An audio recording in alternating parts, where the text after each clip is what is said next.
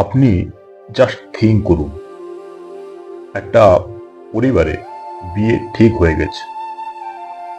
দুই পরিবার সবাই খুব খুশি, কিন্তু হঠাৎ একজন জ্যোতিষী বললেন ছেলে নাকি মাঙ্গলিক, কিন্তু মেয়ে মাঙ্গলিক নয়। যদি এই বিয়ে হয় তাহলে সংসারে অশান্তি, সংসারে বিচ্ছেদ, এমনকি জীবন সংকটও হতে পারে। সঙ্গে সঙ্গে আনন্দের পরিবেশ বদলে গেল ভয়ে। কিন্তু প্রশ্ন হলো, মাঙ্গলিক দোষ কি সত্যি এত ভয়ঙ্কর, নাকি সময়ের সঙ্গে সঙ্গে এর সম্পর্কে অনেক ভুল ধারণা ছড়িয়ে পড়েছে? আজকের এই ভিডিওতে আমরা জানব মাঙ্গলিক দোষ কি, কেন হয়, বিয়েতে এর আসল প্রভাব কতটা, এবং কোন বিষয়গুলো না জানলে ভুল সিদ্ধান্ত নেওয়ার সম্ভাবনা থাকে। তাহলে ভিডিওটা স্কিপ না করে চলো শুরু করা যাক। প্রথমে আমাদের জেনে নেওয়া দরকার মাঙ্গলিক দোষ কি। বৈদিক জ্যোতিষশাস্ত্রে মঙ্গল গ্রহ শক্তি, সাহস, রাগ, আত্মবিশ্বাস, যুদ্ধের মনোভাব এবং কর্মশক্তির প্রতীক। যখন জন্মকুণ্ডলিতে মঙ্গল গ্রহ প্রথম, চতুর্থ, সপ্তম, অষ্টম অথবা 12তম ঘরে অবস্থান করে, তখন অনেক জ্যোতিষী একে মাঙ্গলিক দোষ বা কুজ দোষ বলে থাকেন। তবে এখানেই একটি গুরুত্বপূর্ণ বিষয় কিন্তু রয়েছে। শুধুমাত্র এই ঘরগুলিতেই মঙ্গল থাকলেই কাউকে ভয় দেখানো বা বিয়ে ভেঙে দেওয়া বৈদিক জ্যোতিষের সঠিক পদ্ধতি নয়। কারণ সম্পূর্ণ জন্মকুণ্ডলিতে বিচার না করে শুধু একটি অবস্থান দেখে সিদ্ধান্ত দেওয়া ভুল হতে পারে। কেন এই দোষকে বিয়ের সঙ্গে যুক্ত করা হয়?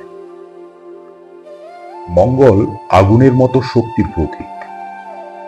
যদি এই শক্তি সঠিকভাবে নিয়ন্ত্রিত না হয়, তাহলে মানুষের মধ্যে দেখা দিতে পারে অতিরিক্ত রাগ, জেদ, অহংকার, তাড়াহুড়ো করে সিদ্ধান্ত নেওয়ার প্রবণতা এবং দাম্পত্য জীবনে মতবিরোধ। এই কারণেই প্রাচীন জ্যোতিষীরা মনে করতেন দুইজন মানুষের মানসিক প্রকৃতি যদি একেবারেই আলাদা হয়, তাহলে সংসারে সমস্যা কিন্তু বাড়তে পারে। তবে এই ব্যাখ্যা মানে এই নয় যে মাঙ্গলিক ব্যক্তি অবশ্যই খারাপ জীবন সঙ্গী হবে। সবাই কি একই রকম মাঙ্গলিক? একেবারেই নয়। মাঙ্গলিক দোষেরও বিভিন্ন মাত্রা রয়েছে। কারো ক্ষেত্রে এর প্রভাব খুবই কম, আবার কারো ক্ষেত্রে তুলনামূলক বেশি হতে পারে। এটি নির্ভর করে মঙ্গলের রাশি, দৃষ্টি, অন্য গ্রহের অবস্থান, লগ্ন, কুণ্ডলী এবং সম্পূর্ণ গ্রহগত সমন্বয়ের উপর। তাই একজন অভিজ্ঞ জ্যোতিষী কখনো শুধু একটি নিয়ম দেখে সিদ্ধান্ত দেন না। মাঙ্গলিক দোষ কি সবসময় বাতিল হয়ে যায়? হ্যাঁ, অনেক ক্ষেত্রেই তথাকথিত মাঙ্গলিক দোষের প্রভাব কমে যায় বা কার্যত থাকে না। উদাহরণস্বরূপ, যদি মঙ্গল নিজের রাশি বা উচ্চ রাশিতে থাকে, যদি বৃহস্পতির শুভ দৃষ্টি থাকে, যদি দুই পক্ষই মাঙ্গলিক হন, অথবা জন্মকুণ্ডলিতে অন্যান্য শুভ যোগ শক্তিশালী হয়, তাহলে অনেক জ্যোতিষ মতে এই দোষের প্রভাব উল্লেখযোগ্যভাবে হ্রাস পেতে থাকে, কমে যেতে থাকে।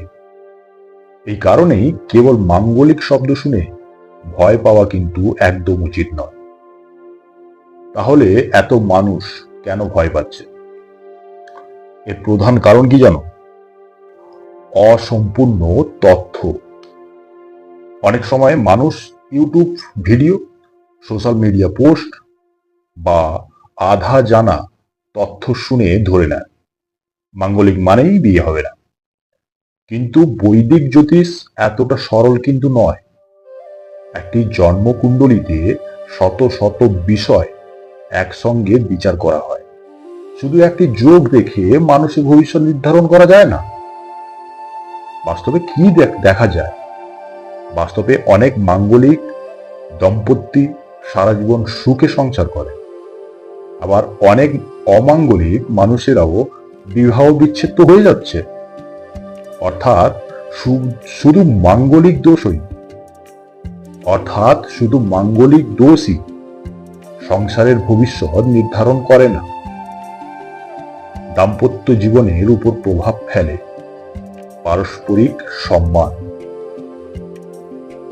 দুজনের প্রতি বিশ্বাস, ধৈর্য, যোগাযোগ ব্যবস্থা, দায়িত্ববোধ এবং মানসিক পরিকল্পনা। এই গুণগুলোর অভাব থাকলে শুধু কুণ্ডলী ভালো হলেই সুখী সংসার নিশ্চিত হয় না। ফলে কুণ্ডলী মিলনের গুরুত্ব কি নেই? অনেকেই আক্স করে, তাহলে কুণ্ডলী মিলনের গুরুত্ব কি নেই? অবশ্যই আছে। বৈদিক জ্যোতিষে কুণ্ডলী মিলানো একটি প্রাচীন প্রথা। এর উদ্দেশ্য কাউকে ভয় দেখানো নয়, বরং দুইজন মানুষের স্বভাব ও স্বাস্থ্য, মানসিকতা এবং পারিবারিক জীবনের সম্ভাব্য সামঞ্জস্য বোঝার চেষ্টা করা। তাই কুণ্ডলী মিলানোকে একমাত্র সত্য বা একেবারে অপ্রয়োজনীয় কোনোটাই বলা কিন্তু ঠিক হবে না। এটি একটি সহায়ক বিচার পদ্ধতি, চূড়ান্ত ভাগ্য নির্ধারক কিন্তু নয়। বিজ্ঞান কি বলে? এখন প্রশ্ন আসে, বিজ্ঞানের দৃষ্টিতে কি মাঙ্গলিক দোষের অস্তিত্ব প্রমাণিত? বর্তমান বৈজ্ঞানিক গবেষণায় এমন কোনো স্বীকৃত প্রমাণ কিন্তু নেই যা দেখায় যে জন্মের সময় মঙ্গলের অবস্থান সরাসরি কারোর বিবাহিত জীবনের ফল নির্ধারণ করে।